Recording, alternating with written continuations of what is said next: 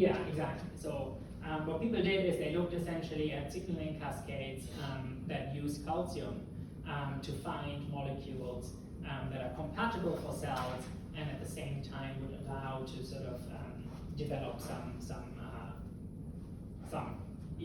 link calcium to some conformational changes.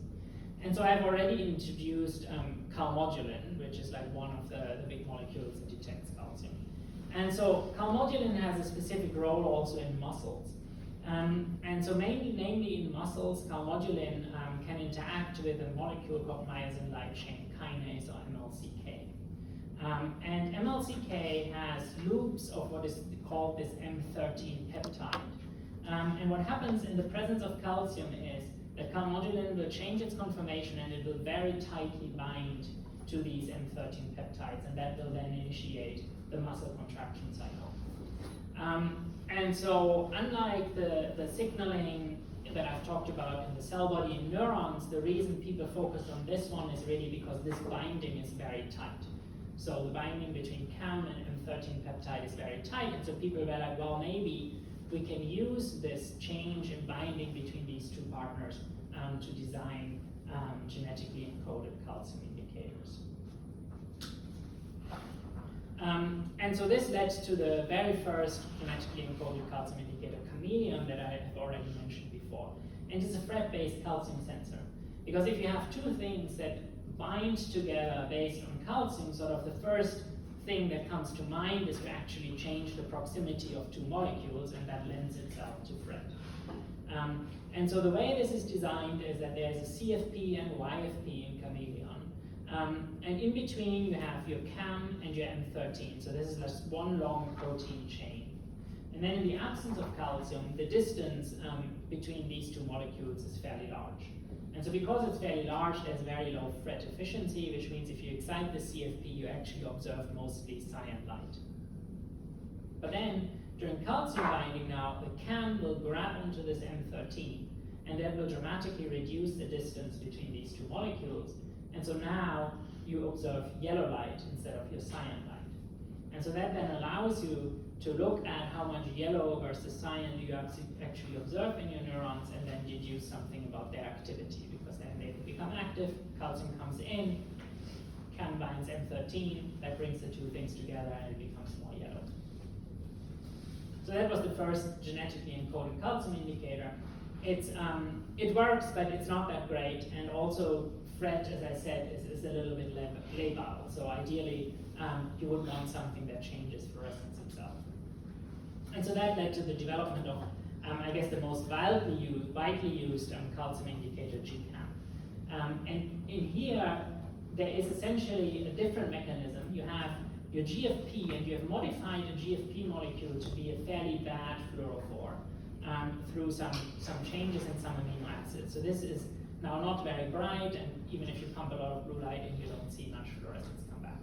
And then again, you have arranged this around CAM and M13. And so in this case, you get calcium binding, and again, these two things will bind together, and so now they will tug on the GFP, and that leads to a deprotonation event, which ultimately increases dramatically the fluorescence of this GFP. And so again, it's the exact same mechanism with CAM and M13 binding together in the presence of calcium, which will increase the GFP fluorescence in this case. And so now you have an indicator that goes from dark to bright, which is much easier to image. You just need one fluorescent channel to actually observe changes in calcium activity. Okay, and so that then allows you to essentially observe activity throughout the brain. So this is my favorite animal. It's a larval zebrafish. It's its forebrain, its midbrain with the superior colliculus, the cerebellum with the hindbrain.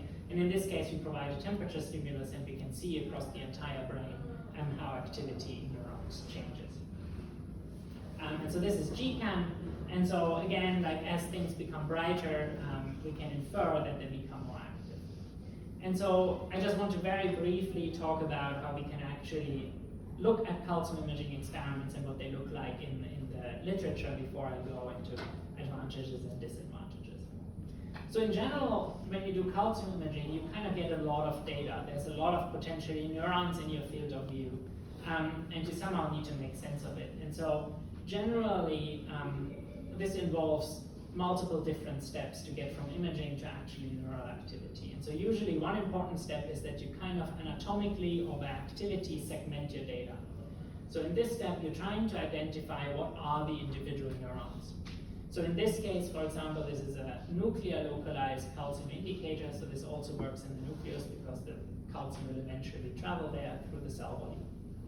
And then we can detect nuclei to essentially sort of get this anatomical segmentation mask. But there's many, many different ways, including ways to segment calcium imaging purely based on activity so that you don't need to use any anatomical markers if, for example, your images are quite fuzzy.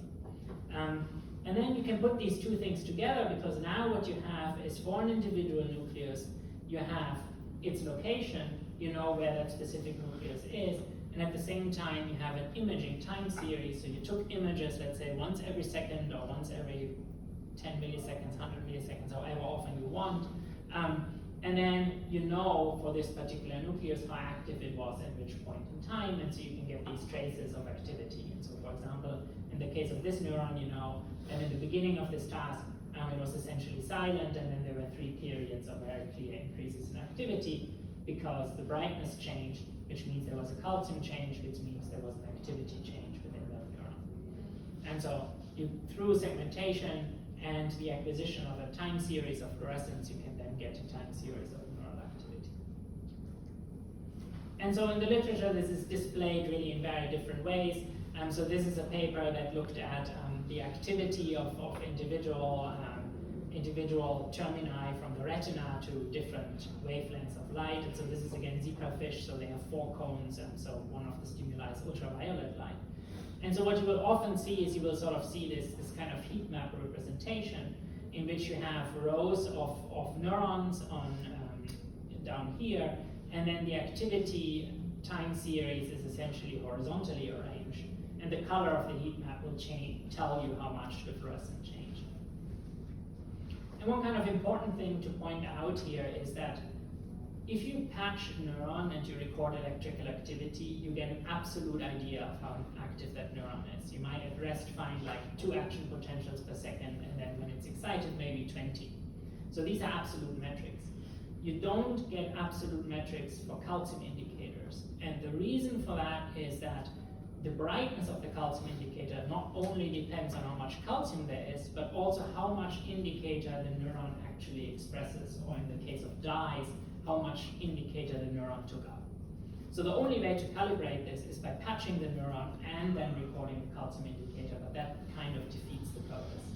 And so because of that, the convention is usually to display calcium activity as what is called delta F over F. So essentially you divide everything by the activity at a point in time where you think the neuron was not active, so you can take the lowest point of activity, for example, and then you just subtract the activity at a given time from that lowest point, divide by the lowest point to get sort of a percentage change of activity. So a 1, for example, of delta F over F means that the neuron doubled its brightness. It's 100% change in brightness. And then you display this in like these heat maps. Now, if you look at this heat map, that's of course kind of confusing. There's just a lot of stuff going on there. There's 5,700 regions of interest here.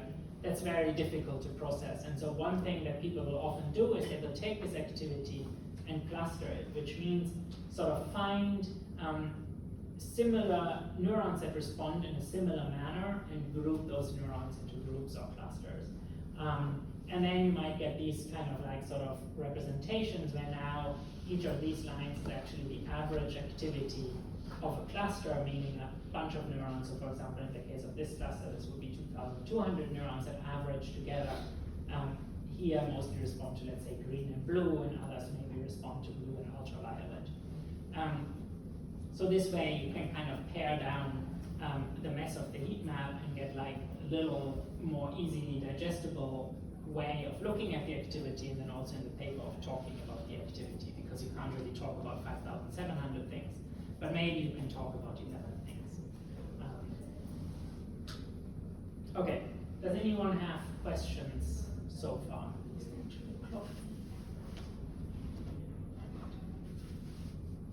No? So now I'm going to talk a little bit about the advantages of calcium imaging. Why would we maybe want to do this technique compared to other techniques? And so maybe based on what you've heard, do you have some idea of what possible advantages of calcium indicators are? If you think versus patch electrophysiology, maybe versus multi-electrode recordings or versus fMRI. Just anything.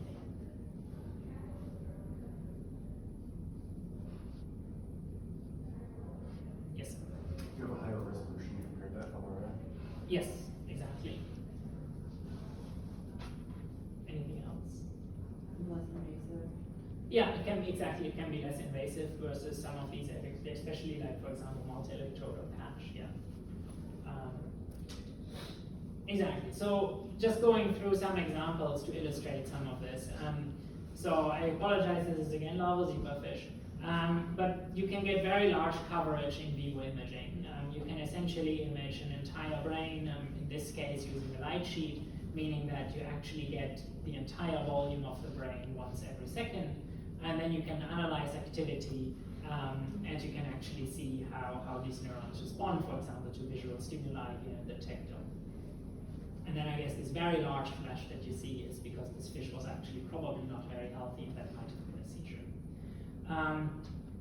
But you can do this not only with large coverage, but you can also do this at cellular resolution. And so this is an example in mouse now, imaging in visual cortex. And so the mouse is running on a floating ball, and so you can show it visual stimuli. For example, you can just give it the perception of running in a corridor by moving as it's running on the ball, by moving like stripes along its visual field. And so usually when we move through the world, this is what we expect. We expect that actually as we go forward, things will come towards us. And if they don't, that's a pretty like sort of jarring experience. And so people here wanted to see, are there neurons that specifically respond to the presence or absence of this feedback stimulus, or to mismatches in feedback. And so what I'm showing here is like an imaging field of view, and so you have, for example, feedback conditions where everything is normal, the mouse is running and it gets visual feedback. It can be running in the dark, or you can have baseline activity in the dark, or you can play back the stimulus, meaning what it just experienced while running on the ball, you play it back to the mouse, but independent of what it's actually doing. So now essentially you have a condition where you have the same sensory stimulus, but the mouse is not really in control of it. And then you can identify individual neurons that, for example, specifically respond, let's say, to playback, or that are specifically active in feedback conditions, and so on and so forth. So you get cellular resolution, and you can really say, this neuron, for example, is specifically active for this particular stimulus, which is impossible with, for example, fMRI. You can also do chronic imaging, and you can track the same neurons over extended time scale. So for example, in this study, what people wanted to know is if you actually remove whiskers from a mouse, how does this lead to plasticity in somatosensory cortex? And so what I find quite amazing here is, so people have imaged the same region in the mouse using calcium imaging for 111 days. And so even after 111 days, they were still able to identify the same neurons. And not only that, but these neurons have fairly similar response profiles on day 1 as well as day 111. Some neurons change their response profiles, and that's sort of the idea of this adaptation. But overall, if they know on day 1 that this neuron is going to respond in a certain way to a whisker stimulus, the neuron will respond in a very similar way on day 111. And this again is very hard to do with other techniques. If you're trying to do this with multi-electrode recordings, for example, it will be almost impossible, simply because these electrodes, they will actually move around in the brain very slightly, and so you will lose some neurons, you will gain some other neurons. So for that, you really kind of need optical techniques. Now, another advantage of calcium imaging is that it can be really easily combined with other types of genetic markers or region-based markers, and so on and so forth. So you can report activity of specific cell types. So in this case, people were interested, again, in somatosensory cortex, so the whisker field that receives inputs from the whiskers of the mouse. And specifically, there are different neurons that project to different targets. So for example, there are neurons that project directly to motor cortex M1, and there are neurons that project to secondary and somatosensory cortex S2. And so what you can do is you can actually label these different neurons. So what they did is, in this case, they imaged using Chameleon. And so they used AAVs to have neurons, all neurons in S1 express Chameleon. Okay? But then they also injected a blue dye into M1 that travels retrogradely. And so now all neurons in S1 that project to M1 are blue. And then they also injected another AAV into S2, which expresses a red fluorescent protein. And so now all neurons that project from S1 to S2 are red. And then you can perform imaging. And now what you can do is for each cell whose activity you record, you at the same time have an idea of where it's actually projecting. And so you can separate activity between cells that project to some secondary somatosensory cortex, unlabeled neurons that might be local neurons, for example, as well as cells that project to motor cortex. And so what this then allows you to do is to really get a more detailed view of computation in the brain, where you can better understand how individual neurons within the brain actually respond and what kind of information they send to downstream structures. Okay, so now at the very end, I would like to go over some drawbacks of calcium imaging that we need to kind of keep in mind when you're actually using this technique.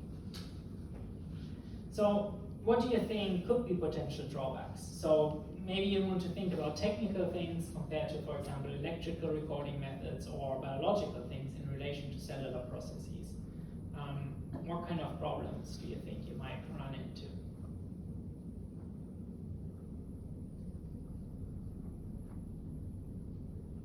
All right. Well, so one problem is uncertainty in timing. So again, if you record electrical signals, you immediately know what's going on. But the problem with calcium indicators is that they especially have a very long decay time. So here I'm showing, this is for different calcium indicators. So you can get calcium indicators that respond very strongly but have more timing problems, or calcium indicators with less timing problems that don't respond so strongly. But overall, what all of them show is that at time point 0, 10 action potentials were generated in this neuron using an electrode.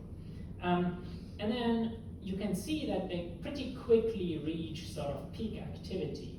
But for some of these indicators, it takes a long, long time to decay.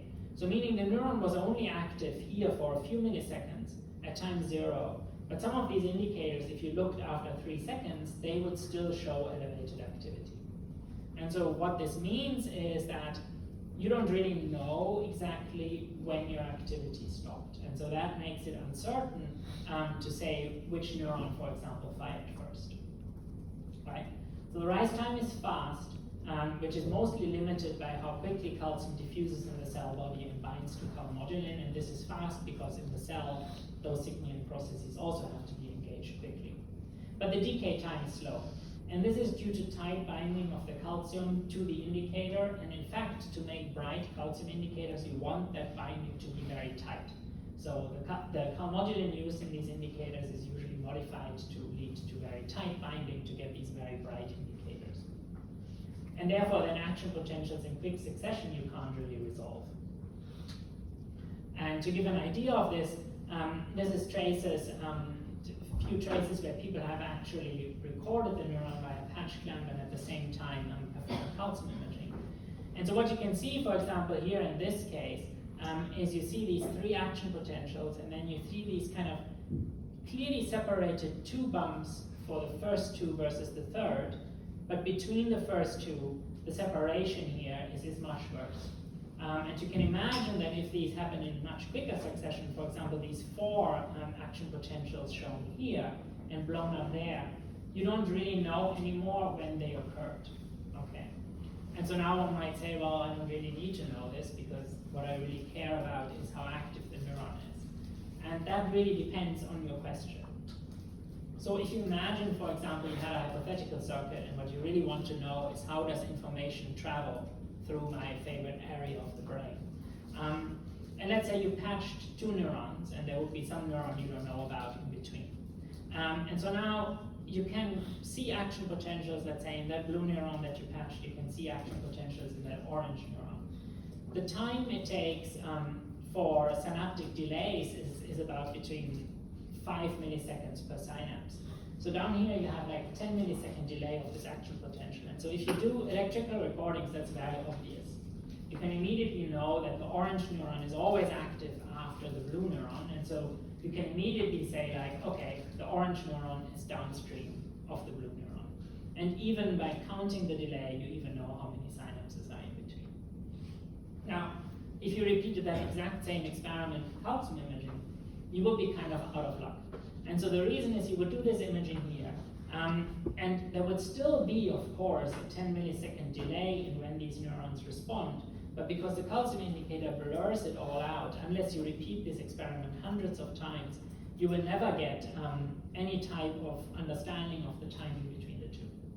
So meaning, in calcium imaging now, you can record more neurons. Maybe you will also get this gray one in the middle, which you missed with patching, but you will not anymore know really how they are organized relative to each other. This could be different if you go across brain regions, because maybe the transmission is slower. But within local circuits, you will not know who fired first.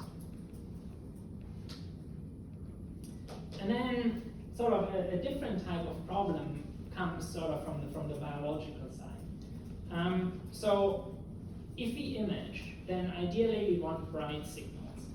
And so there's one very absolute limit of noise. So if you build the ideal optical system to record activity, then you're limited by what is called shot noise. And so shot noise is essentially a noise where the variance of the noise is equal to your level of indicator. So meaning the standard deviation is the square root of it. And so that means your signal to noise will depend on how much fluorescence you have to start with. Because, for example, if your fluorescence to start with is 4, the standard deviation will be 2, and so your signal to noise will be 2 over 2. But if you have 16, it will be 4, so you will have a 4-to-1 signal to noise. The details don't really matter. But the point being that if you do this imaging and you have very little indicator in your neuron, and so this is just a simulation using shot noise, so this is the ideal case, then whenever the neuron becomes active, you will get these sort of little bumps, but there's a lot of noise that looks very similar to the bump, and so it's very hard to see it. And so what this means is if we want to do calcium imaging, ideally we really stuff our neurons. And so that's, for example, why people like to use things like AAV and viruses to deliver them, because they can deliver a lot of genetic material. They will lead to a lot of expression of that thing in the neurons. And then suddenly the very same activity changed. So the only thing that changed in the neuron is, in the simulation, is the amount of calcium indicator, which suddenly leads to a very clean response, and so that you can easily see. So what you want to do then is put a lot of calcium indicator into your neuron. But does anyone have an idea of what problem that might cause if you overdo this? Yes? Because you could kill the cell. Yeah, so you, in the extreme case, you would actually potentially kill the cell. And the main reason is that calcium is actually important. It has a function, right? So we have talked about that calcium comes into the neuron, and then there are transcriptional programs, for example, for synaptic plasticity, as well as just activity-based changes. And so this can be hindered by calcium buffering. So you have let's say, during activity, calcium comes into the neuron. You want to trigger synaptic release. You want to trigger signaling. You want to trigger transcriptional changes to ultimately lead to synaptic plasticity. That's the role of this calcium. But now you have a neuron which is full of GCAM, for example. And the GCAM binds calcium very tightly. It's almost as if you put a calcium chelator like BAPTA directly into your neuron. So the calcium comes in, but it just gets gobbled up by the GCAM. And so now there's very few free calcium molecules in the cell that can actually still take over these changes. And so, for example, in my PhD, I worked in Drosophila, and so we had this amazingly strong driver of GCAM. We were very excited because it was really, really bright. But the flies, they all had erected wings. They would not fly anymore. And so the reason is simply that the entire sort of circuit that was involved in flying, for example, with the flies was just shut down simply because there was so much GCAM in the neuron. So that's not very useful. So this is really something one has to be careful about is sort of this trade-off between brightness as well as maintaining the actual function of the circuit. Okay, so that's it. So in conclusion, I hope I've conveyed today that something about how neural activity is linked to changes in calcium concentration.